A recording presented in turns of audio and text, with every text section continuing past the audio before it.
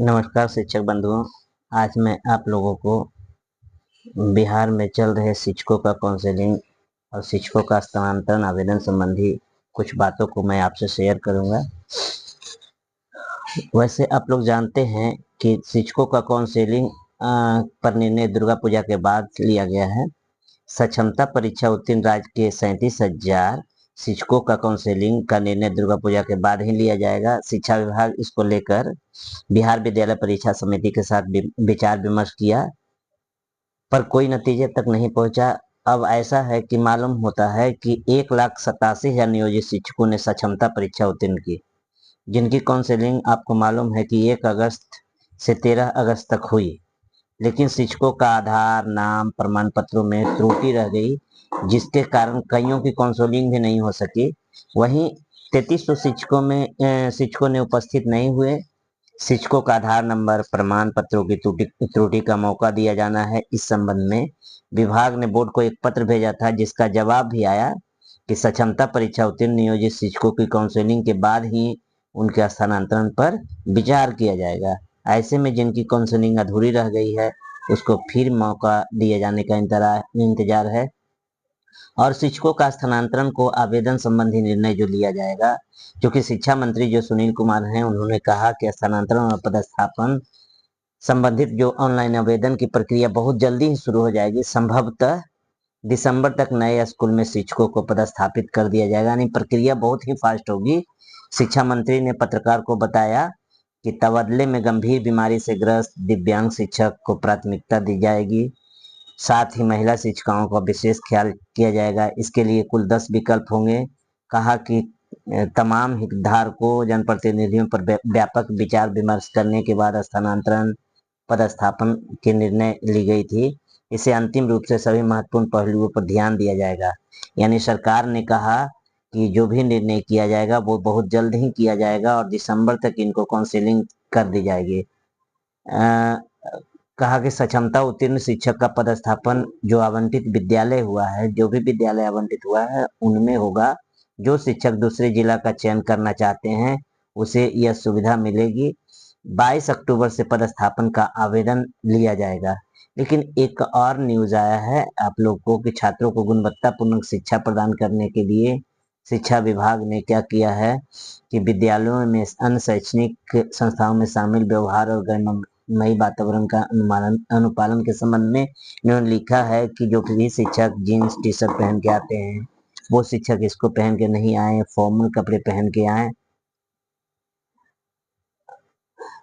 और एक और न्यूज आया है जिसको आप लोग देख लीजिएगा, प्रेस विज्ञप्ति है हालांकि शिक्षा विभाग के द्वारा, लेकिन ये जो शिक्षकों या जो आशा लगाए हुए हैं कि वैकेंसी आएगी, तो वैकेंसी लगभग आ गई है। राज्य के माध्यमिक एवं उच्च माध्यमिक विद्यालय में शिक्षा का सर्वव्यापीकरण हेतु 6421 माध्यमिक विद्यालय विभिन्न पंचायतों में उच्च माध्यमिक विद्यालय की स्थापना की गई है।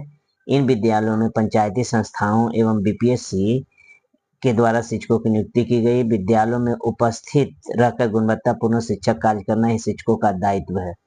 शिक्षकों से जो गैर शैक्षणिक कार्य लेने से बच्चों का पढ़ाई जो बाधित होता है, उसको विद्यालयों में गैर शैक्षणिक कार्य करने हेतु प्रत्येक विद्यालय को एक एक विद्यालय में सहायक पद लिया गया है, सहायक पद का सृजन किया गया है, जिसको जिसमें उत्क्रमित नवस्थापित उच्च माध्यमिक विद्यालयों में एक एक पद अर्थात 6421 विद्यालय हैं, तो कितने पद हो गए? 6421। और इसको जल्द ही इसको पैनल की सहमति मिल जाएगी। विभागीय संख्या 1118 में 21/7/2020 को सामान्य प्रशासन द्वारा दिए गए दिशा निर्देश में होगा। इस तरह से शिक्षा विभाग को क्या कहते हैं कि तबादला तो होगा ही, नए नए पद भी सृजन हो रहे हैं। लेकिन एक क्षण कर एक और न्यूज आया है इलाहाबाद से, प्रयागराज से। कहा गया है कि स्थानांतरण की नीति प्रशासनिक होती है, इसमें कोई वैधानिक प्रावधान नहीं है कि जिसे न्यायालय कोई वैधानिक प्रावधान नहीं है जिसे न्यायालय से लागू कराया जाए। कोर्ट कहा गया कि मनपसंद जिले में स्थानांतरण का मूल अधिकार नहीं है, और कोर्ट याचिकाकर्ता को इस चीज को फटकार लगाया और कहा कि ये जो अधिकार है केवल किनका अधिकार है? ये जो सदस्य समिति है, अपर मुख्य सचिव 2 जून 2023 को एक स्थानांतरण नीति जारी किया था उत्तर प्रदेश में, जहां ऑनलाइन आवेदन भी लिया गया था। स्थानांतरण दिए गए लेकिन कार्यमुक्त नहीं किया गया था।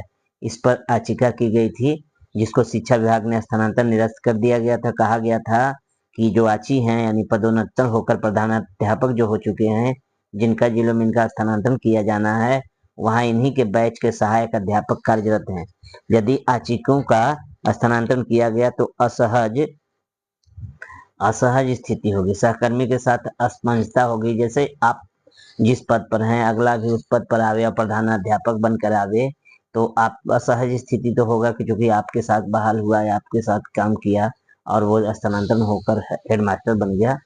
तो ऐसे में यह नहीं कह सकते कि स्थानांतरण निरस्त करना न्याय संगत नहीं है और स्थानांतरण निरस्त नहीं किया जा सकता। सुनवाई के दौरान कोर्ट ने इस याचिका को खारिज कर दिया। इस तरह से हमारे शिक्षा विभाग के बहुत सारे निर्णय जो खारिज किए गए, बहुत सारे निर्णय लिए गए। और आप लोग को बता दें कि जो आप लोग का ट्रांसफर होगा, वो सबसे पहले जो विशिष्ट शिक्षक बने हैं सक्षमता परीक्षा देकर, उनका होगा और वो वरीय होंगे। जो विशिष्ट शिक्षक होंगे वो वरीय होंगे, जबकि बीपीएससी TRE-1 और TRE-2 के शिक्षक उनसे नीचे होंगे। आप लोग एकदम निश्चिंत हो जाइए कि आप लोग वरीय होंगे और आप लोग का सारा कुछ बिहार सरकार सुन रही है और सारा कुछ फैसला जल्दी आएगा। धन्यवाद। फिर हम कल मिलते हैं आगे।